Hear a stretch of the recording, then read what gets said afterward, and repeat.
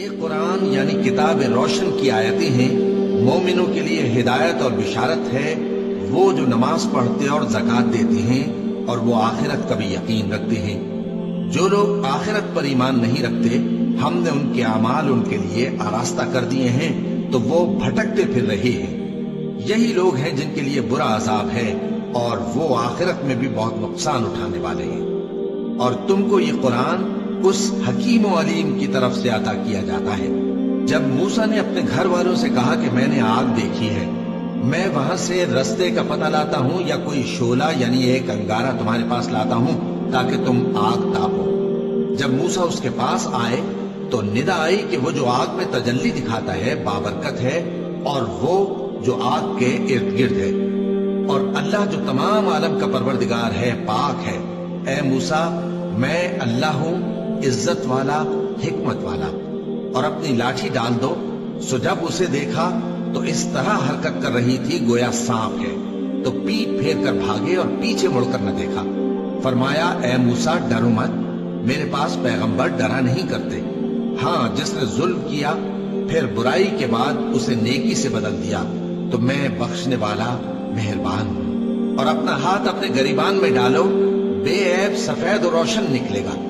ان 2 معجزوں کے ساتھ جو 9 معجزوں میں داخل ہیں، فرعون اور اس کی قوم کے پاس جاؤ کہ وہ بدکردار لوگ ہیں۔ پھر جب ان کے پاس ہماری روشن نشانیاں پہنچی تو کہنے لگے یہ کھلا جادو ہے، اور بے انصافی اور غرور سے ان کو ماننے سے انکار کیا، جبکہ ان کے دل ان کو مان چکے تھے۔ سو دیکھ لو کہ فساد کرنے والوں کا انجام کیسا ہوا۔ اور ہم نے داؤد اور سلیمان کو علم بخشا، اور انہوں نے کہا کہ اللہ کا شکر ہے جس نے ہمیں اپنے بہت سے مومن بندوں پر فضیلت دی۔ اور سلیمان داؤد کے قائم مقام ہوئے اور کہنے لگے کہ لوگوں، ہمیں اللہ کی طرف سے پرندوں کی بولی سکھائی گئی ہے اور ہر چیز عنایت فرمائی گئی ہے، بے شک یہ اس کا خاص فضل ہے۔ اور سلیمان کے لیے جنوں اور انسانوں اور پرندوں کے لشکر جمع کیے گئے اور پھر ان کی جماعتیں بنائی گئی، یہاں تک کہ جب چیونٹیوں کے میدان میں پہنچے تو ایک چیونٹی نے کہا کہ چیونٹیوں، اپنے اپنے بلوں میں داخل ہو جاؤ، ایسا نہ ہو کہ سلیمان اور اس کے لشکر تم کو کچل ڈالے اور ان کو خبر بھی نہ ہو۔ تو وہ اس کی بات سے ہنس پڑے اور کہنے لگے کہ اے پروردگار، مجھے توفیق عنایت کر کہ جو احسان تو نے مجھ پر اور میرے ماں باپ پر کیے ہیں ان کا شکر کروں، اور ایسے نیک کام کروں کہ تو ان سے خوش ہو جائے، اور مجھے اپنی رحمت سے اپنے نیک بندوں میں داخل فرما۔ اور جب انہوں نے پرندوں کا جائزہ لیا تو کہنے لگے کیا سبب ہے مجھے ہدہد نظر نہیں آتا؟ کیا کہیں غائب ہو گیا ہے؟ میں اسے سخت سزا دوں گا یا ذبح کر ڈالوں گا، یا میرے سامنے اپنی بے قصوری کی واضح دلیل پیش کرے۔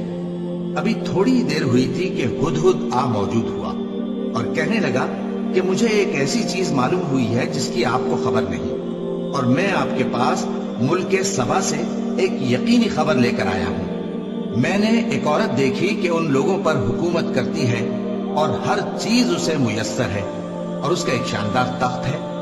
میں نے دیکھا کہ وہ اور اس کی قوم اللہ کو چھوڑ کر آفتاب کو سجدہ کرتے ہیں، اور شیطان نے ان کے اعمال انہیں آراستہ کر دکھائے ہیں اور ان کو رستے سے روک رکھا ہے، بس وہ رستے پر نہیں آتے اور نہیں سمجھتے ہیں کہ اللہ کو جو آسمانوں اور زمین میں چھپی چیزوں کو ظاہر کر دیتا اور تمہارے پوشیدہ اور ظاہر اعمال کو جانتا ہے، کیوں سجدہ نہ کریں؟